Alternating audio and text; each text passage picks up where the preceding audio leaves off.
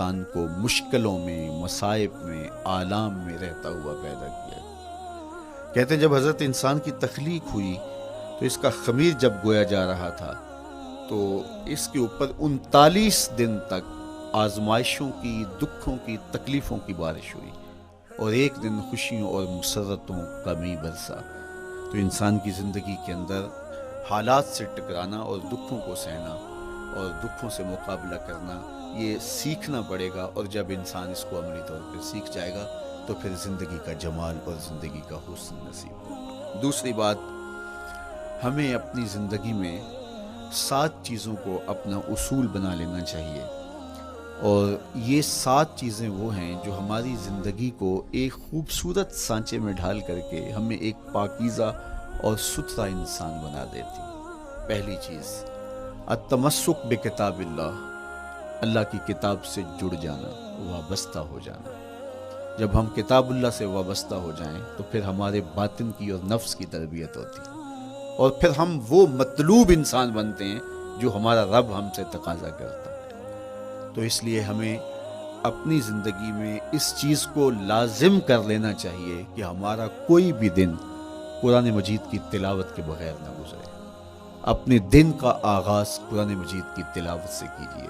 سورہ یاسین سے جو اپنے دن کا آغاز کرتا ہے، سارا دن اللہ کی امان میں رہتا ہے، اس کی حفاظت میں رہتا ہے۔ اور اپنی شب کا آغاز سونے سے پہلے سورہ الملک کی تلاوت کریں، آپ ساری شب اللہ کی امان میں، اس کی حفاظت میں رہیں، اور قرآن مجید کو سمجھ کر اس کے مفاہیم و مطالب کے ساتھ ایک رکوع کم از کم پوری زندگی، اپنی زندگی کے نصاب میں آپ کتنا وقت مختلف امور کے لیے سر انجام دیتے ہیں۔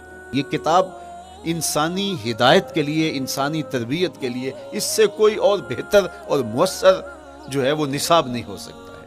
انسان سازی کا بہترین ذریعہ ہے یہ کتاب، اور اس کتاب کے ذریعے سے جو ہے وہ انسان پستیوں سے اٹھ کے بلندیوں تک جا پہنچتا ہے۔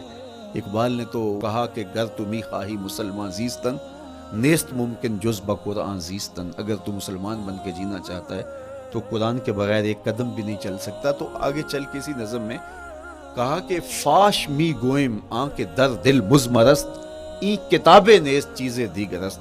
اگر میں کھل کے بیان کر دوں جو میرے سینے میں چھپا ہے تو میں تجھے بتا دوں کھل کے، یہ کتاب نہیں، یہ کوئی اور ہی شے ہے۔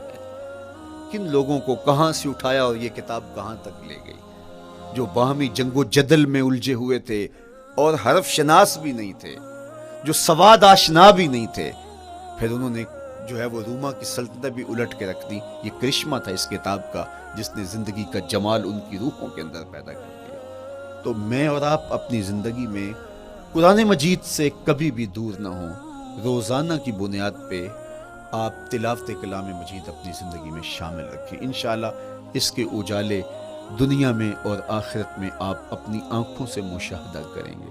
حضرت امام احمد بن حنبل فرماتے ہیں، میں نے رب سے کہا کہ مجھے اپنا قرب عطا کر۔ آواز آئی، میرا قرب چاہتے ہو تو قرآن پڑھا کر۔ یہ رب کی قربت کی بھی ضمانت ہے اور ضبط نفس اور باطن کی تربیت کا بھی ذریعہ ہے۔